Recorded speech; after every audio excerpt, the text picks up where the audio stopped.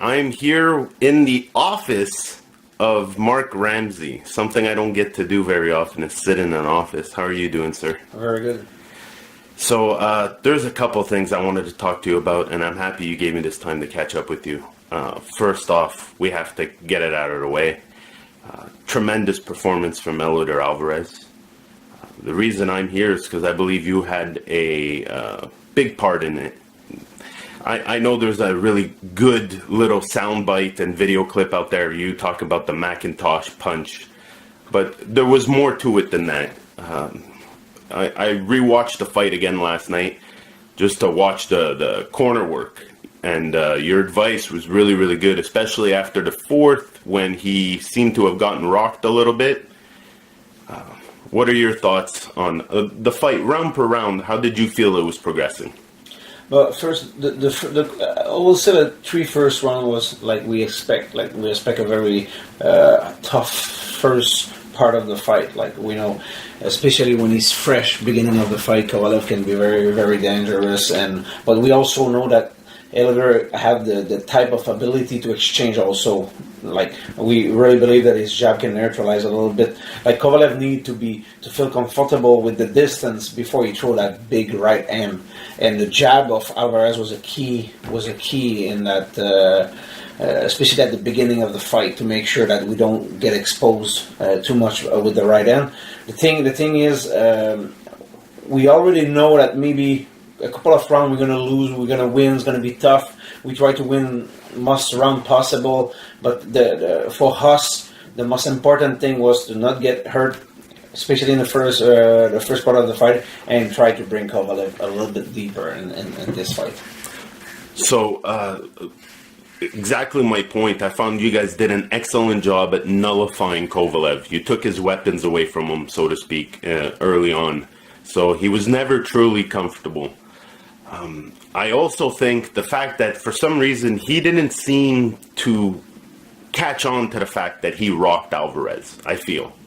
And he didn't pounce for the kill, so to speak. But the difference with Alvarez was the minute he smelled blood in the water, it was done. Yeah. You know what? Starting from the first round, like Alvarez gave a couple of real good punch to Kovalev, and I think, yes, you want to finish the fight, but you have also to analyze as a fighter what is the danger to expose yourself if you go only in offense. And I think he was a little bit concerned already about the physical aspect of Eleider. Eleider was very big for that fight. He was we never worked like a muscular part like we did in that training camp. Like he the night of the fight when we weighed him on HBO, it was 192. He was heavy, he was big, and I think Kovalev fitted in a couple of first rounds. He just don't want to go and too much like that, and he was a little bit concerned already at the beginning of the fight. And the other part, that was also in part of our strategy for that first fight, like make sure that if we have a good moment and we are able to rock and to shake a little bit Kovalev, we need to close the show very fast. Lastly, realizing we got pretty much the best outcome we could hope for. The denouement was perfect. But in your mind, going into this, like you said, you knew that it was going to be tough and that there was going to be a lot of rounds for him and that you were going to have to fight for your rounds. What was your best scenario before the fight? Before the fight. What was your best scenario in your mind? What were you envisioning? You know, as a trainer, even when it's a tough fight like this fight, you putting everything on the table, you're looking video, and you saw a little thing and start believe, and you build up day by day. You build up your tactic, you build up the choice of the technique you want to use, the kind of punch you want to use, and you start building. You see the light at the end of the tunnel, like you see the victory. And I'm going to be honest, a lot of people think that the technical aspect of Eleider can help him to win. I was more concerned going to the judge with that fight. Like if I saw victory, even before the fight, there was a stoppage. Not really. For many different reasons, I believe it. And you can see like the round in my corner we judged the fight 4-2 for Kovalev at the point of at the moment of the stoppage. We really believe that the scenario, like, we start put pressure around 7, but it work all right away. We really believe at the beginning it's going to take a couple of rounds, like let's say 7, 8, 9, 10, and now you receive what you're working for maybe at the end of the bout. But if I have a scenario that I was imagined, there was something like happen. I thought late round stoppage too was his only hope, so to speak, because I knew the judges weren't going to help him. But again, I just want to say tremendous work in the corner. That was I'd have to say that was your best one yet. As far as consistency is what you were saying and what you were seeing, I really, really was enthralled with that fight.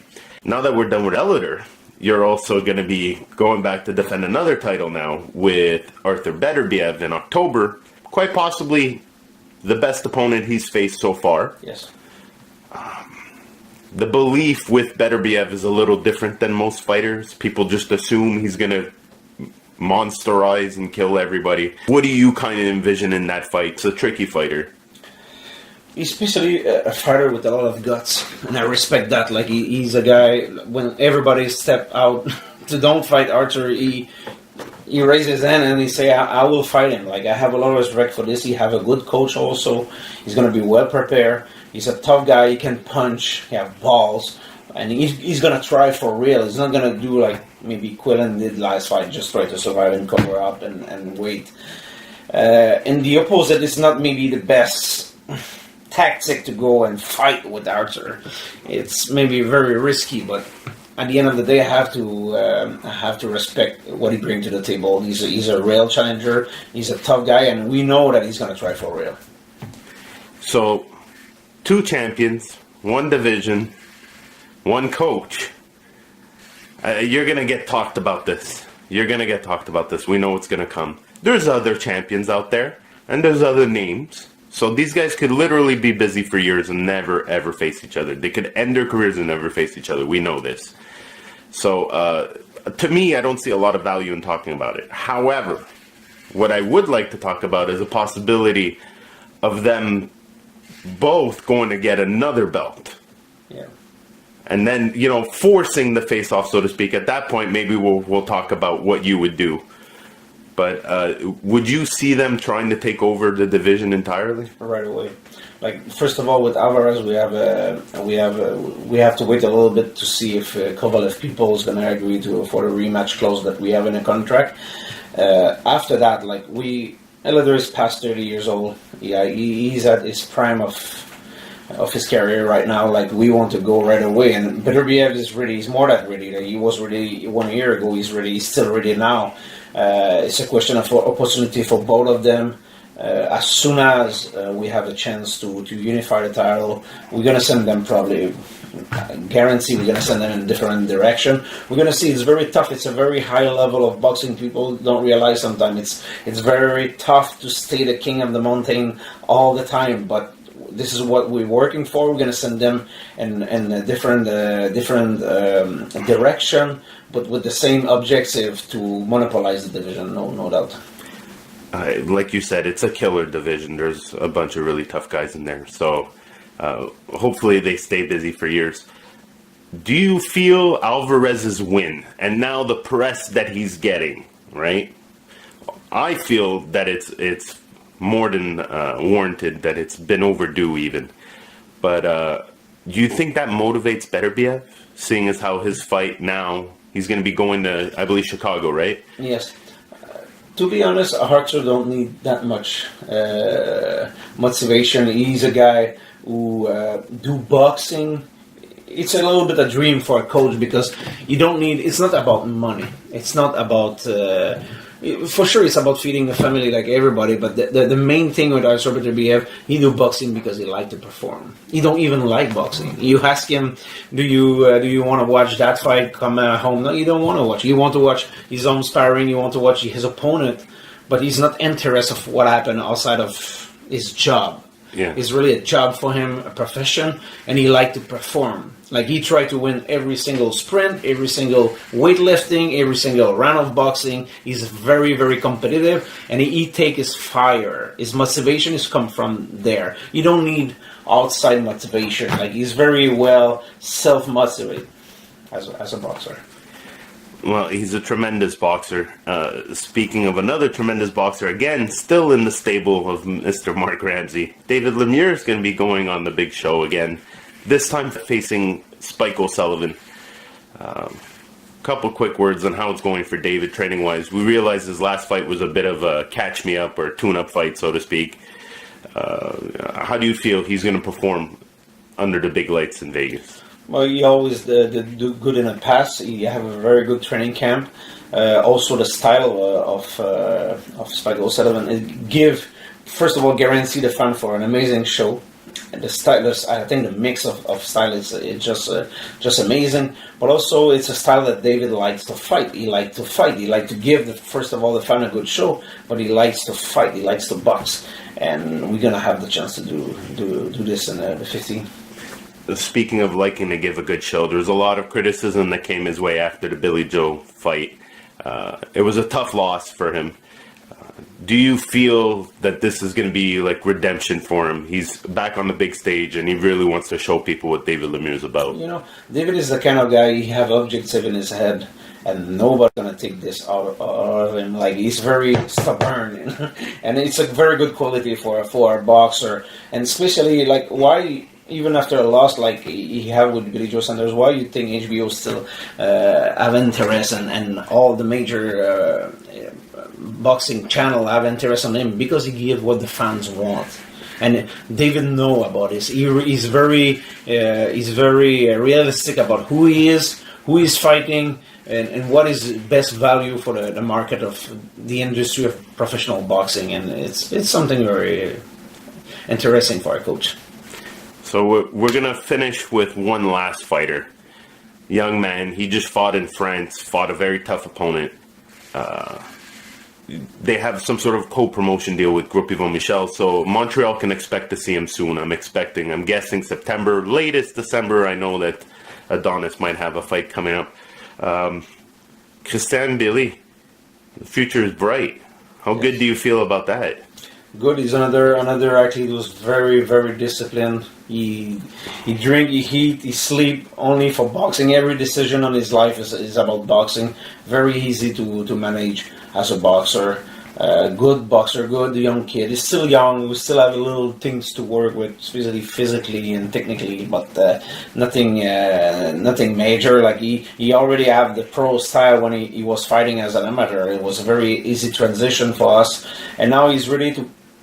Like fighting best opposition fight after fight and make sure we don't want to give him an easy road. We want to give him every fight. We have an objective. Objective is to be better and better from every fight. We have something to take inside of every fight.